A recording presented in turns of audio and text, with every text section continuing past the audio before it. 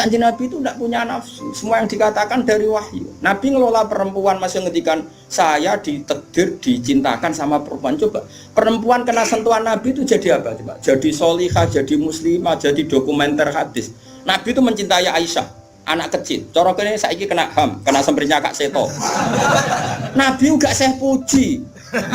Nabi mendesain Aisyah karena cerdas. Coba sekarang semua utang jasa sama siapa coba? Aisyah. Coba kalau Nabi tidak nikahi Aisyah, siapa yang mendokumentasi hadis tentang perempuan? Terus kowe ape ngiyasno Rabi cacilik niru Nabi Aisyah. Cacilik struk iku yo. Bocah kok ngono. Paham nggak maksud? Kamu boleh berdalih aku ngawin cacilik niru Nabi zaman nikahi Aisyah. Oke, mungkin secara halal enggak masalah, secara halal dinikahi ora demenan. Tapi nak muni seneng Nabi niru Nabi, coba hikmahnya Nabi dapat Aisyah. Berapa riwayat kita dapatkan dari Sayyidah Aisyah? Karena memang wong Nabi mau nikahi Aisyah itu Jibril datang membawa satu kacu yuk apa cara gini? Sapu tangan itu mati itu buka. Wah, setelah dibuka isinya itu Aisyah. Hadi zaujatuki. Ini perempuan istri kamu kata Allah. Terus kata anak Nabi, kalau Allah yang menghendaki pasti itu terjadi. Hasil ya ditakdir Aisyah itu jadi istrinya Nabi. Dan kita terima kasih sekali sama Ummul Mukminin Sayyidah siapa? Aisyah. Misalnya begini, jumlah air yang kita pakai mandi berapa? Jumlah mustakmal itu kayak apa? Makanya sehingga ahli hadis itu debat dengan fikih. Rata-rata kita ngikuti ahli hadis karena mustakmal di fikih terlalu ekstrim ya Misbah. Misalnya mustakmal di fikih, Ki Misbah wudu misalnya, dengerin ya, Ki Misbah wudu. Cipratan dari wajahnya Ki Misbah kena tangan yang sudah wis tak go nyawuk banyu. Kok cipratannya banyak? Ini kudiro mukhalifan karena mustakmal. Sehingga ini harus dibuang karena apa? Kena mustakmal. Yang kalau banyak dikira-kirakan sudah apa? Taghayyur. Tapi kata Aisyah, zaman ada orang yang seperti itu berpendapat, kata Aisyah, kata siapa itu tidak apa-apa. Kita mandi dengan Nabi, wanah junubun, kita dua-duanya junub. Yatana wabu ahaduna, tangan kita saling bergantian dengan Nabi di wadah yang satu. Dan itu semua orang pasti yakin, takoturnya air mustakmal pasti jatuh lagi ke wadah tadi. Apa ke wadah tadi? Ya sudah, akhirnya kita tahu caranya mandi junub. Terus ada Maimunah itu garwane Nabi tapi ya serodok sepuh. Oh ya sahabat ya ono sing takok ngene Mas. Ya Ummul Mukminin. Kula niku ndek bojo ayu. Niku nak ngambung bojo iku batal apa poso ta. Jadi iki rengokno. Jare udah iki lucu. Aja takok aku, Fari Nabi aku pas poso ora tau kambung, takok Aisyah. Mergo sing potensi diambung pas poso iku Aisyah mergo ayu. Gak ini cerita. Mbok Maimunah apa sapa pokoknya yang jenis gak diambung. Walhasil jika cerita ya akhirnya tak kok Sayyidah Aisyah ya Ummul Mukminin inna wa la stakhimul haq. Allah itu kan tidak malu ngendikan barang apa? Hak. Apa orang ngambung istrinya itu membatalkan puasa? Ya tapi qobalani Rasulullah bahwa soem biasa Nabi pas puasa yang ngambung aku, tapi Nabi ya tetap puasa. Itu artinya kan coba kalau enggak ada Aisyah, ya beta kok sopo? Berapa ilmu yang kita dapatkan hanya, saya ulang lagi, hanya jalur. Kadang istri Nabi yang lainnya tidak tahu. Termasuk sholat. Aisyah tuh detail kalau ngendikan. Kuntu ufarriku mani yamin saubi Rasulillah wa shallafihi. Nabi itu kalau habis junub, terus ada mani yang tercecer di sarungnya. Itu enggak perlu dibasuh, cukup ufarrik itu tak keroi, terus Nabi sholat dengan baju itu. Sehingga terjadilah istilahnya Imam Syafi'i al-mani napa? Tohir. Itu semua riwayat dari siapa? Aisyah. Jadi Aisyah itu punya sisi yang nanti jadi hukum itu dia meriwayatkan, dia hanya tertariknya itu riwayat yang jadi hukum. Itu hebatnya Sayyidah Aisyah. Dia memang orang pinter. Kadang kan ono to Mas Abu, bojo wis ra bakat pinter. Jadi misalnya bojone sing kene kabeh, iku wis ra bakat pinter. Nggih wae sing lanang iku empuk ora tau di duwe pokoknya riwayat itu seputar duwe. Jadi mbah bojoku iku boleh Nabi, aku nganti saiki ora tau jenenge duwe akeh, melarat terus. Gak tau riwayat tahajud kek takon ae gak gelem. Bojo kok elek ngono. Mulane aku gare bojo zaman akhir cek ya Allah ya Allah. Ngenang bojone mau urusan sitok. Bojomu ngono ora, Gus? Aja rasani ngarepe ngakeh haram. Jadi bandingkan dengan Aisyah. Bojomu kan riwayate ngono. Aku tahu seneng wis pindah Gus, 2 tahun seneng untuk warisan badan iku melarat malih. Aku bolak-balik suwani wong wedok. Cerita bojone mesti gak jauh-jauh dari bab duit. Cuma kadang dibahas anak halus muni rezeki, tapi maksudnya yo muni rezeki wis bahasa kamuflase niku. Artinya yo. Nah Aisyah boten nggih, Fat. Aisyah itu ditanya, nak poso sunat itu oleh batalo ta ora? Sehingga tabiin kayak Masruq kayak siapa itu, kalau sama Aisyah hormatnya yang tanya ya lanang kadang jenenge Masruq. Rasulullah itu kalau puasa sunat gimana? Jari Aisyah, ya Rasulullah pernah ngendikan gini, siyamul mutatawi amiru nafsi. Ya orang puasa sunat itu terserah dia, kalau baik ya diteruskan, kalau enggak ya enggak. Apa namanya puasa sunat. Terus takok sing sahab tabiin tadi, mosok ngoten ya umal mukminin iya. Nabi ku tahu esuk-esuk kok aku. Ya Aisyah ain dagi seun, kowe duwe sarapan sak cara Jawa. Mboten. Yo Nabi enteng saja idzan asumu kalau gitu ya saya puasa. Sehingga ini menjadi mazhab bagi Imam Syafi'i yang wajib tapi itu niat tuh poso fardu. Tapi kalau poso sunat, kamu ndak wajib nginepno niat asal urung sarapan loh ya. Jadi misalnya gini, jam 8 siang kamu terbersit puasa boleh asal bar subuh urung sarapan urung ngopi. Nek bar ngopi ya ora oleh. Itu kita tahu itu bahwa puasa sunat tidak harus nginepkan dari siapa coba? Aisyah. Terus kalau yang membatalkan ya ummul mukminin, dalilnya apa? Waliane yo tahu, Nabi ku niat poso. Bareng ono seorang Ansor menghadiahkan saya bubur sarit. Terus menikot dimini. Maksudnya wis ndi tak pangani. Intinya terus membatalkan puasa. Jadi aku roh Nabi poso sido yo tahu bolak-balik. Ras sido yo tahu bolak-balik. Terus lama ngarang nak poso sunat oleh terus oleh ras itu. Dari siapa coba? Dari Aisyah. Kowe iku bojo tenan kan iku donya akhir. Senenge Nabi nang wedok kaya ngono iku. Terus kowe maca hadis iki, Nabi yo seneng. Bocah kok gobloke ngono iku masalah iku beda. Paham ya? Kulo nu termasuk bab iki rada bejo. Kulo nu sering nggih disowani tiyang mok takok ngene ya rada kurang ajar ning takok rada kanca kula dadi wani kurang ajar kula. Gus, kok saged nggih bojone jenengan ngaji mbek jenengan nggih mbek jenengan hormat. Lah bojoku ora bojomu aku ya mrene. Dekne iku wis pengalaman, kiai diwae iku mesti dadi goblok ku mergo bojone.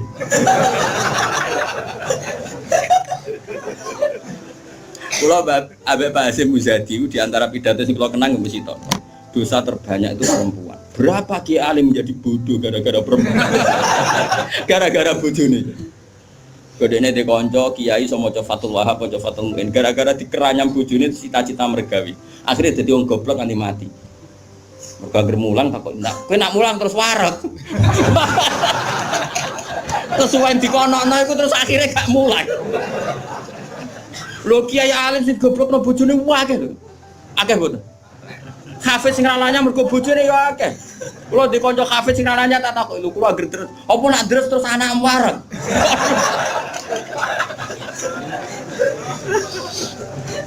Wah, kula syukur bojoku ora jenis sing iki. Cara jenis ngono ya tak kebal apa minam.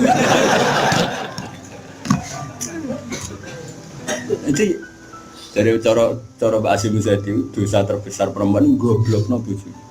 Termasuk wong alim-alim. Udah goblok kok jadi mergoblok. Nah, iki sampean. Kula nu punya cerita lebih ekstrim dibanding itu, tapi kiai ini lulus, ada yang lulus, ada yang enggak. Kebetulan yang saya kenal itu yang lulus. Ada kiai alim bisa baca Ihya, bisa baca beberapa kitab. Lulus kifat, jadi tahu santri ini mau 20-30 akhirnya lulus. Itu pernah tengah-tengah ngaji di depan santri. Cara aku ngaji di depan Mustafa nih, di depan wong jenggoten yang mau ikut Mustafa. Jenggoten khusyuk macam itu. Oh khusyuk lah masih Mustafa. Iku anak sing cilik, mbok umur 3 bulan Pak. Jebrekno nang ngarepe meja. Ngaji terus. Ora umumnya nak ngamuk kan ngenteni ning omah iki. Iku mboten diparani ning musala iku diparani. Umumnya bojo ngono lah nak ngamuk kan ngenteni. Iku ora parah nih, anak tibrek ning. Piye? Mulane bojomu sing saiki wis apik. Wis maju lah. Wes bojomu ngeri tenan. Mulane kula niku syukur ora pegatan. Umume wong alim pegatan. Kula ora pegatan wis syukur. Mbok sampean ra roh, pokoke saiki penting ora. Mbok sampean nek karep pangeran sing roh. Sok. Imam Sibawa. Niku senengane ngarang kitab. Imam Sibawa darani Sibawa iku mergo ambune koyo apel. Ganteng Mas kowe. Wis ngono ambune koyo apel, Mas. Ora koyo ambune Mas Sibawa ora koyo ambune koyo apel. Kabeh wong wedok-wedan jenenge Imam sinten. Ganteng tek jek enom. Pas dekne alim pas umur-umur produktif sekitar 36 32. Alim. Iku dalun bojone ngenteni dikumpuli ya menulis kitab iki dipindah kitab nulis nganti pirang-pirang jilid jenenge Alkitab karena jenenge kitab dene mau Alkitab dalam bahasa Indonesia kayak Injil bahasa Indonesia muni Alkitab bahasa Indonesia muni Alkitab doyo Injil Mas Brono Imam Sibawa mari dene ra wong Indonesia kitabe ora ono jenenge ya Alkitab dalam bahasa Indonesia itu singkat cerita itu, bojone wis marek-mareki wis beda tetep ngono. Wayu padha bojone. Wayu mos ora apa terus ora elek yo ora. Saya lek men goreng tempe terus tambah elek. Terus saya bojone mikir, aku nganti dibaroi mergo barang iku kitab iki. Suatu saat paginya sebaikku kertas entek gue ngarang, mau pasar betul gue napa. Nah saya gak kata fotokopi, mau pasar ya atuh. Dobong kita, pikirannya yang menyibukkan dari dia itu sudah dihilangkan. Rupa-rupanya wis dinopo. Teko Imam Sibawa kitab kuntis tak opo. Gara-gara kitab iku ora tau ngurusi aku. Dipegat bojone, mangsane kok ora milih. Jadi Imam Sibawa ngaboti kitab megat nopo? Imam Syafi'i iki ngono. Imam Syafi'i rawani rabi wong gede, rawani rabi ning jare Indonesia. Gara-gara wedi nak nuntut. Dadi dia nak rabi ngomong ngene, iki kena mbok tiru. Dek tapi ganteng, syaratnya kudu ganteng. Karena kalau ganteng itu kan kompetitornya banyak yang minat. Ganteng mulya imam terkenal. Ngomongno ngeten, diumumno. Sapa sing gelem rabi be aku, syaratnya siap ra tak kumpuli. Syarat ya siap ra tak urusi. Wong aku sibuk mul. Terus syarat ketiga kegiatannya gawe ono jajan aku mulang santri. Jadi syaratnya Jadi syaratnya kudu pinter gawe jajan sing pas aku mulang. Karena ana wong ngaji tapi do dikei jajan. Senenge gawe jajan halawiyah. Halawiyah itu manisan. Walhasil ada seorang yang orang biasa itu ya min ahlil khairi wassalah siap dinikahi beliau tanpa syarat apa. Yaiku nganti sepuh tiap ono santri teko ya mau ukdumihi, pokoknya itu gawe no jajan ngene layani gawe no jajan. Terus diulang ngaji ngono to nganti kapundhut. Saiki mboten. Dadi wong dhisik saking senenge ilmu iku bojo iku digolekno kriteria sing nopang ilmu. Saiki ora. Mulane ditakobal wa bina minkum takobal ya karim. Kulo susah. Susah. Wah, kayak wong alim tuntas, yakin gara-gara sitok tuntas pur. Akeh gak kancane sampean zaman mondok iso maca muin. Misale ning dunia hafid sing rodok lanya, akeh. Ilang gara-gara apa? Oh ilang apa, Bos? Oh ilang. Jajal lah wis sing latihan omah-omah. Latihan omah ada istiqomah nggih pengajian nopo ekonomi kocar. Oh, keranyam. Makanya menurut saya, wong alim apike iku untuk ning sing anake kiai sing ya di tradisi berjuang itu relatif gampang. Tukarannya itu terkendali. Misalnya, tapi tidak harus ning gede loh. Pokoknya ya, sing di tradisi berjuang lah. Bahwa hidup itu biasa berkorban untuk nopo berjuang. Kalau ndak itu habis gitu. Kalau nu ngerasa non, tapi tidak harus anak kiai gede buatan. Pokoknya anak yang soleh lah. Engkau nak misalnya soleh, kau pokoknya anak PKI lah, pokoknya saya angel teman. Pokoknya yang penting ngerti pentingnya nopo. Aku lalu ngerasa no, saya itu berkali-kali misalnya di rumah itu ngaji sampai malam. Terus pagi tadi subuh saya kesini, Subuh berangkat dari rumah, terus tadi jam 2 sampai sini, terus sekarang saya ngaji, nanti malam ngaji, besok saya ngantor, terus ngaji terus. Nanti pas datang malam Rebo, paginya saya ngaji sama tafsir Jalalain yang grupnya santri-santrinya bapak dulu. Terus Kemisnya ngajar, kalau Kemis ngajar di Sarang, terus Jumat itu saya ngajar di Kudus. Itu terus begitu siklusnya. Jadi bojo mangan ora mangan ya rapati roh. Aku yang ngomongin anak kiai di keramat dhewe aja ngenteni keramatku. Dadi kowe. Dadi kowe ya pokoke padha uripe ngono. Suwan cara kula bojone kiai kudu di keramat dhewe nek ora wis takobal wa minkum takobal ya kan.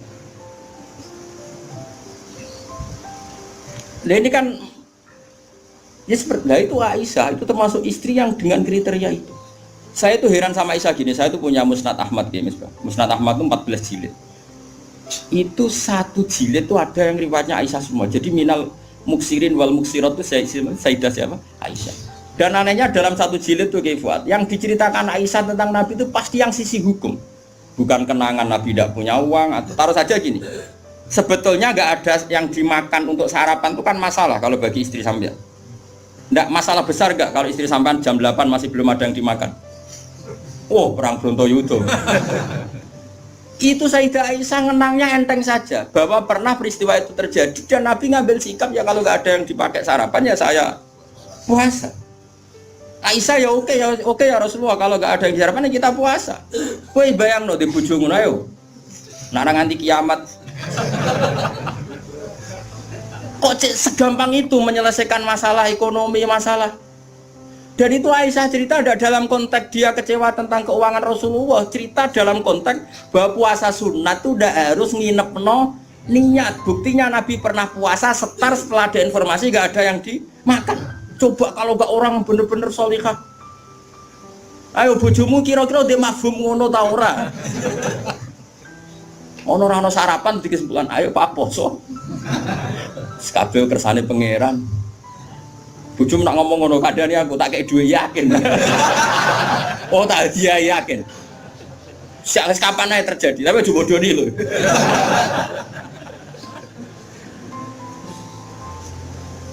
Oh itu garwane Nabi ku beda mbek bojomu. Sayyidah Zainab seperti itu. Sampeyan tak ceritani. Sayyidah Zainab itu melihat Nabi itu iktikaf di masjid. Itu langsung garwane Nabi itu bikin sawari itu semacam pegangan-pegangan terus jadi syariah, jadi pembatas semuanya iktikaf di masjid. Sekarang hitung saja Fuad, andaikan Nabi tidak figur yang menarik di mereka dan andaikan Nabi adalah figur yang jorok yang nggak benar di depan mereka, pasti mereka tidak ingin mengikuti Rasulullah Shallallahu Alaihi Wasallam. Neng dinggon garwa akeh itu bermasalah, tapi garwane Nabi itu biasa kompetisi neng bab nopo ibadah. Makanya kata Ibnu Hajar al-Asqalani dalam kitab Fathul Bari, kenapa Nabi dikasih istri banyak? Wong kecangkemane wong wedok. Dan luwih kecangkemane bojone mergo roh eleke. Tapi Nabi digarwa songo, semuanya menjadi sholihah, hafizah dan semuanya menjaga agama. Andai kan Nabi ada sesuatu yang masalah bagi Nabi, tentu ini akan keluar-keluar ning dinggon wong wedok ora iso nyempet apa yang dilihat dari suami. Tapi setelah ditinggal Nabi, mereka jadi perempuan-perempuan yang tambah handal. Sayyidah Aisyah jadi aktivis, iqamatul haq. Sampai nggak terima sama Sayyidina Ali ketika secara zahir lama sekali menangani siapa? Qatalatu siapa? Utsman. Meskipun ya itu masalah ijtihad, kita percaya Sayyidina Ali ya percaya Sayyidah Aisyah. Sayyidah Maimunah ya sama, Sayyidah semua istrinya Nabi. Coba sampean lihat di hadis-hadis ini. Wiridan yang saya baca kalau habis ngaji tafsir Jalalain itu yang malam Selasa subhanahu wa bihamdi adalah khalqi wa ridha nafsi, itu rawi-rawinya juga istri-istrinya. Coba andai kan mereka kecewa dengan Nabi karena melihat ada yang nggak benar pada diri Nabi, mesti wong itu kecangkeman kabeh. Nyatanya enggak. Bahkan mereka jadi figur-figur yang tambah solihah setelah dinikahi. Coba kenangannya Sayyidah Aisyah. Bojomu di kenangan ngene ta ora? Aku takok. Nah iya yo gawe-gawe. Aku yakin gawe-gawe. Jadi Sayyidah Aisyah gitu. Nabi nek seling pangeran, aku rak wis ayu ku gak kanggo. Ayo saya wayu, Mus. Wayu banget, ayu banget. Enom. Wong jenenge Khumairah. Wis wayu banget. Iku Sayyidah Aisyah itu kalau sehari itu malang. Malang berarti. Cara kene Mardi ngalor ngidul. Terus melumah. Iku Nabi ku nak wae salat ya nangis. Dari Sayyidah Aisyah. Makanya terus dari bab fikih boleh salat di depannya itu ada orang sing turu. Sayyidah Nabi itu kan Nabi ora engke koyo kowe salat arang-arang tapi di kamar nggon salat. Ora engke pol umat Islam zaman akhir. Wong arang-arang tahajud kok di kamar nggon. Ya mau ditunggoni sajadah tok iku. Kelakuane wong zaman akhir dadi nek ana tamu kesane saleh wong ana nggon. Tapi ora tau ono wonge tetep turu nglokor nganti esuk. Esuk disaponi kok sajate ditotone kaya-kaya bar kanggo. Ya Allah kelakuan kok ngono. Tapi mboten engkek ngoten, Kang. Ora duwe kamar nggon. Ya kamar sing dienggo sare. Iku sing dienggo. Terus Sayyidah Aisyah ku turu iku jek nglekor. Nabi salat, Allahu Akbar. Nangis Nabi. Wali naon Aisyah. Jare Aisyah, aku tak terusno turu. Aku tetap sembujung. Apa? Glojor kakinya apa cara kene? Dipanjangkan itu. Nah, engko nak Nabi ape sujud lagi tak tarik. Tak tarik kok Nabi bar sujud tak sujud kok menang. Wong nak ngadeg suwi wae. Artinya coba kowe tahu ngalami ngono. Oh bojomu lah ngamuk. Salat krameni ngono mikir. Oh ora mungkin kowe padha mek Nabi ku semua hal. Mulane kita mau kepengin niru. Maksudnya niru ya rodok ngono ae napa. Mulane nirumu paling Nabi salat madhep kiblat kita madhep kiblat. Nabi nak salam iku nganan sik ya kita. Nganan wis ngono-ngono tok. Gak mungkin kowe niru. Iku coba bayangkan. Dan itu yang diriwayatkan Aisyah. Terus kata Imam Bukhari, babu sutrotil musolli. Gak apa-apa kalau ada orang sholat, ada orang tidur, kamu tetap. Buktinya itu pernah terjadi pada Nabi dan Sayyidah siapa? Pernah lagi. Nah ini supaya tambah mahabbah nih keluarganya Rasulullah Sallallahu Alaihi Wasallam. Makanya mereka sampai kena khitab innama yuridu yuthiba angkum muridsan apa ahlal baiti wa yutahhirukum apa. Ya nisa an-nabi lastunna ka ahadim minan nisa. Ini taqaitunna fala takhdhuna bil qawli fayat ma'alladhi fi qalbihi mardu wa qurna qawlam ma'ruf. Atas wa qarna fi buyutikunna wala tabarrujna tabarrujal jahiliyatil ula wa aqimnas sholata wa atinas. Coba garwa-garwane Nabi itu kalau di rumah itu mengkaji Quran. Wa qarna fi buyutikunna. Mereka ada ngaji Quran. Termasuk ayatnya membuat kurna mayutla fi buyutikunna min ayatillahi wal hikmah. Kegiatan mereka itu mengkaji Quran. Ada cerita lagi dan ini ada di kitab Sahih. Sayyidah Aisyah itu malam-malam itu ditinggal Kanjeng Nabi, metu nah. Sonong metu. Aisyah, saya ini perempuan. Pasti Nabi ini enggak fair. Saya eling bojo liya terus sampai marani bojo liya. Menawi aku wis rada bosen jare Aisyah. Walhasil singkat cerita, Aisyah itu yo wedok. Ditututi. Dan Nabi sama sekali nggak tahu kalau ditututi siapa? Aisyah. Ditututi. Ternyata Nabi itu jalan kemana? Ke Baqi. Bayangkan jangan Baqi yang sekarang ya banyak listrik, banyak macam-macam. Dulu. Artinya, aku saya kan bantah. Kok iso ora roh padange ngono cak kok goblok ngono. Wong zaman dhisik kok bayangno. Bocah kok elek kok. Kula sering bantah wong elek-elek. Kok iso Gus ra kurangan ramene ngono bocah kok ora. Oh, repot-repot. Nah ini kan masih nerangkan bahwa biba ilayya min dunyakum atibun apa wanita. Waktu itu mbok pahami seneng wong wedok sunahe Nabi terus mbok tiru seneng sing sampangan. Singkat cerita itu ditututi Kefal. Ternyata Nabi Moro Baqi Nabi penuh dengan kepanikan, panik sepanik-paniknya. Ya itu khasnya wong soleh ya, khasnya orang soleh itu kalau ingat akhirat kan ya mesti panik. Terus ketika mau masuk Baqi, assalamualaikum daraqaumil mukminin wa inna insyaallah bikum. Terus menyebut satu-satu sahabat-sahabat yang berjasa mati karena fisabilillah. Dan Nabi nangis kirim salam berdoa. Akhirnya jadi riwayat kalau kita masuk kuburan assalamualaikum daraqaumil mukminin wa inna insyaallah bikum. Itu rawinya ya Aisyah. Bojomu ke metu Ya tetap tinggal turu. Kadang malah mantel dikancing bar iso mlebu. Jadi mana mungkin bojom dadi dokumentasi hukum. Selain sing lanang ya ora dadi sumber hukum. Dadi iki padha dene. Dadi bojone ya ora dokumen hukum, sing lanang ya ora sumber hukum. Dadi sampe cara kula piye wis ngene iki. Wah esuk tukaran perkara blonjo si terusno nganti mati. Paham iki. Pancen apike ngono. Napa? Dari awal Nabi itu sudah kelihatan sekali. Ya nisa an-nabi lastunna ka ahadim minan nisa. Para istri Nabi, kamu semua itu enggak sama dengan perempuan-perempuan yang lain. Maka perilaku kamu harus begini, harus begini, harus begini. Dan itu mereka bisa melakukan semua. Dan kita yang untung, kita mendapat dokumentasi hukum yang luar biasa. Termasuk coba, kayak apa Sayyidah Aisyah tidak cocok Sayyidina Ali. Tapi semua dokumentasi tentang akhiru hayati wa Rasulillah itu rawinya itu siapa? Sayyidah Aisyah.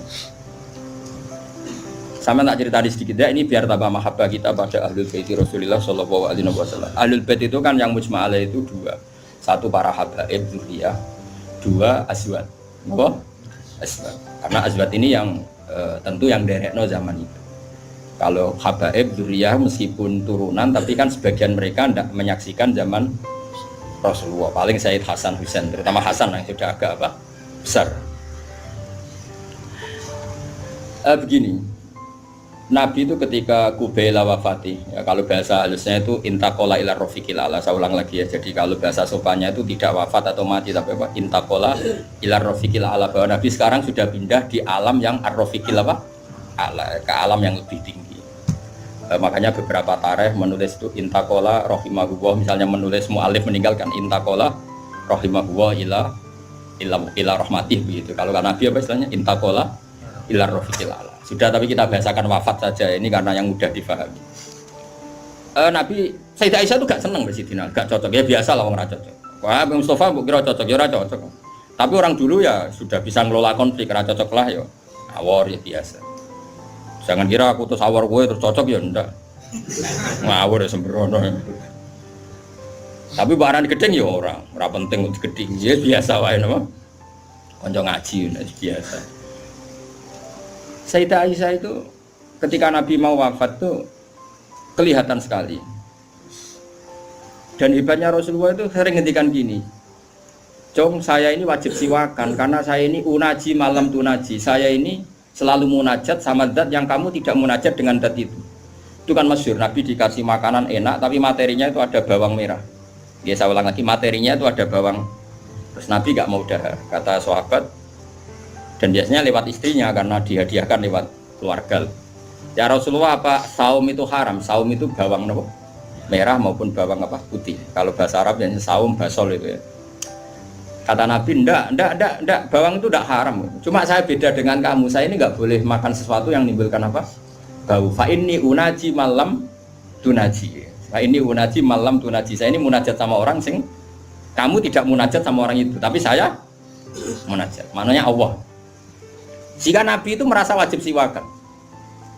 Saya itu alhamdulillah dalam banyak hal siwakan itu kebun. Makanya Nabi jangan bayangkan rokok meskipun enggak haram. Meskipun mungkin gak haram, tapi potensi haramnya juga tinggi. Karena ya tadi pasti menimbulkan apa? Singkat cerita, pas nama wafat, dalam keadaan mau wafat dan cara zuhir, saya ulang lagi, ngadepi sakaratul maut. Abdurrahman itu adiknya Sayyidah Aisyah, makanya saudaranya Sayyidah Aisyah. Apa adiknya, apa kakaknya, makanya saudaranya. Itu pas bawa apa? Siwak. Itu Nabi melihat siwak itu kelihatan senang sekali. Coba. Mungkin enggak istri kamu melihat kamu mati masih ingat sunnah-sunnah kayak siwak. Pak kok mati zaman urip aku loro pemeneh mbok tinggal mati mesti wiridannya kan gitu. Urusan materi. Ojo mati sih utangnya beres tok sih. Anak-anak warisi sih mati. Istrinya Nabi itu enggak. Ketika melihat isyarat Nabi itu mencintai apa? Siwak. Kata Sayyidah Aisyah, apa engkau ingin siwak ya Rasulullah? Nabi manduk. Nabi karena sudah sakit sekali nggak ngendikan manduk. Sama adiknya diminta siwak kamu tak pek, dipek. Terus ketika dia pakai Nabi itu keras. Aisyah langsung menangkap. Wah, kok keras. Ulayinuhu laka ya Rasulullah. Apa perlu saya talin, saya haluskan. Terus dicokot digegeti siwak kayu itu loh ya. Udah dulu arok gitu loh. Sama Aisyah terus dikunyah-kunyah sampai apa? Maka Sayyidah Aisyah itu bangga sekali, dia sering cerita Nabi wafat itu dalam keadaan menghisap rik saya. Wa inna riki lafi riki katanya ludah saya ada di ludahnya Nabi, karena Nabi pakai siwak terakhir itu yang sudah ditalyen, sudah dihaluskan oleh mulutnya siapa? Aisyah. Makanya Aisyah itu bangga sekali karena kenangan Nabi terakhir itu membawa apa? Wa inna riki lafi riki kata apa? Ludah saya ada di ludahnya Nabi. Maksudnya Nabi menghisap siwak yang ada ludah saya. Nah, sudah berarti karena Nabi mau ngendikan. Dan itu termasuk kearifannya Sayyidah Aisyah, itu kan di kamar ya. Ada keluarga yaitu Abdurrahman, dan keluar. Kata Nabi, saya panggilkan Ali. Saya panggilkan Fatimah.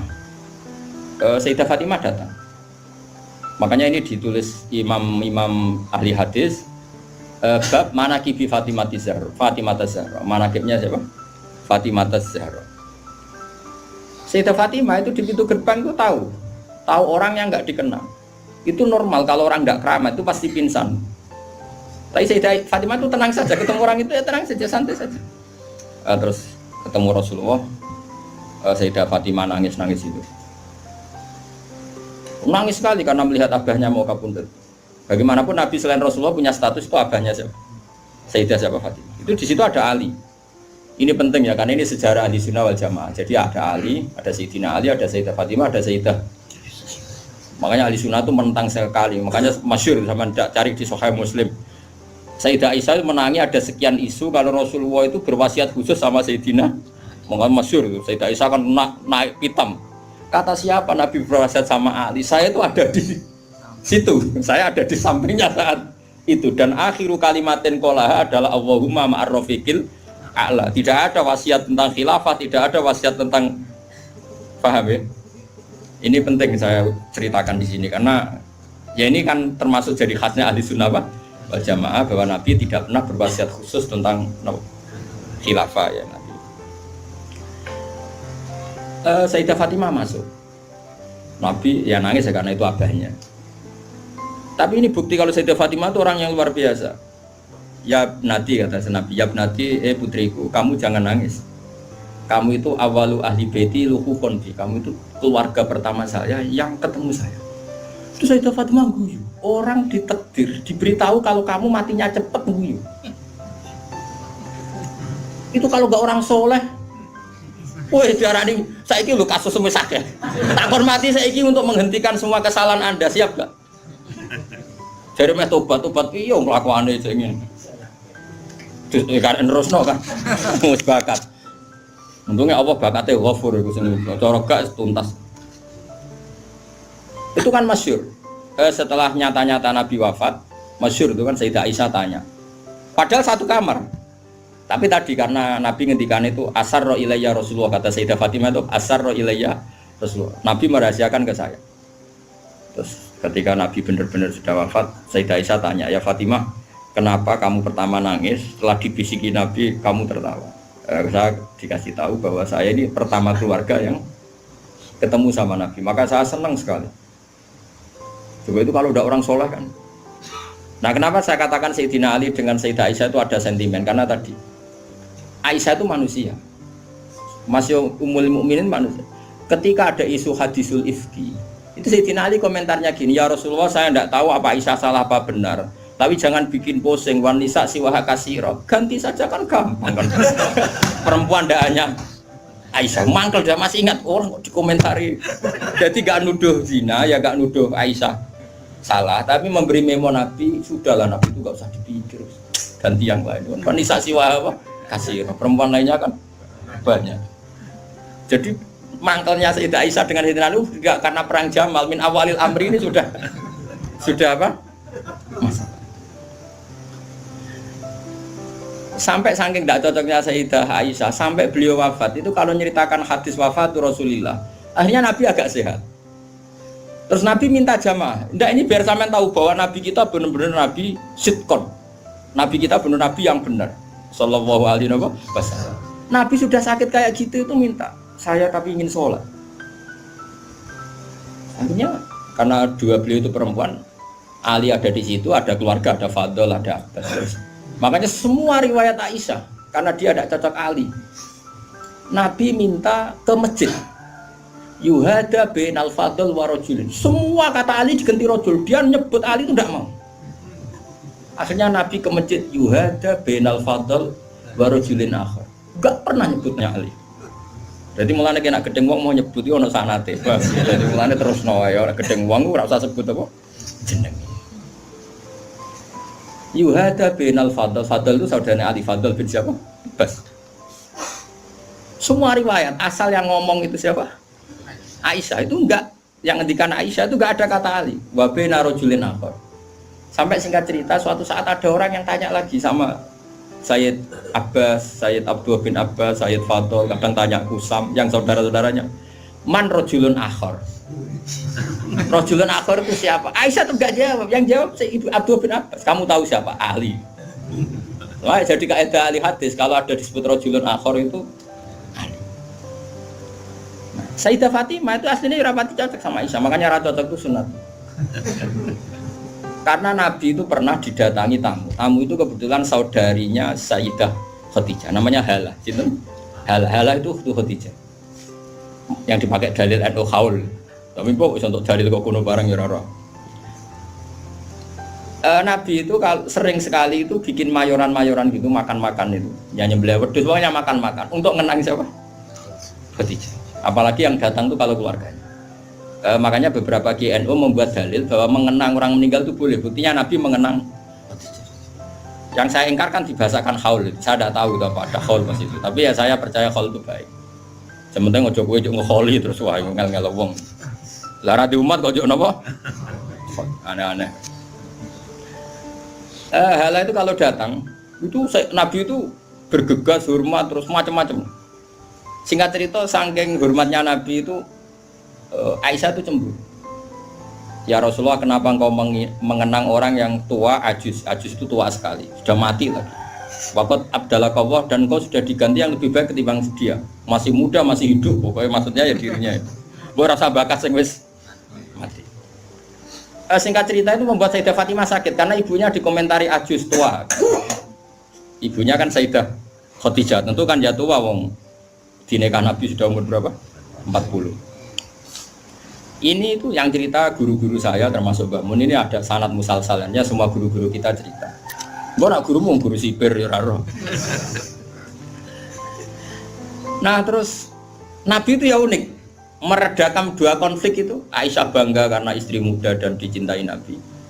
Sayyidah Fatimah tentu bangga sekali sebagai putrinya Nabi, tapi ya mangkel sekali ketika ibunya apa? Dikomentari. Nabi oleh marahi lucu. Fatimah, kowe kepengen Aisyah menghentikan ngomentari ibumu? Nggih ya Rasulullah, wong gak men ngomentari ibu. Tapi Nabi yang mengeloroi Aisyah kan masalah nanti. Mergo bojo ayu nak ngambek ya masalah kan. Jadi Nabi ya pinter mah dari didik Aisyah langsung, wah ini masalah ini. Tapi kamu jangan katakan politik, Nabi itu udah politikus. Ya soalnya pinter, no? Pinter, saat diterang, pokoknya pinter. Kandani ini Aisyah, ben ramen ngomong ngono. Kandani sebuti ya Rasulullah. Ibuku lebih hebat timbang kowe. Ibuku itu rondo untuk jopo. Kowe ayolah, iku piye-piye iku perawan untuk duduk. Hanya Aisyah diingatkan sisi. Coba Khadijah itu kan rondo untuk Kanjeng Nabi zaman Joko. Aisyah katanya cantiknya seperti itu, piye-piye dekne iku perawan untuk Nabi sing wis duduk.